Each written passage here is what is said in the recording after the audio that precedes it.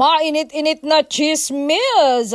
Blind item, power couple na may lamat sa kanilang relasyon.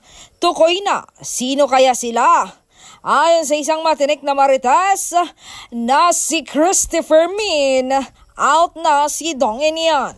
Ganon din si Jodian Santos at Ryan Agoncillo.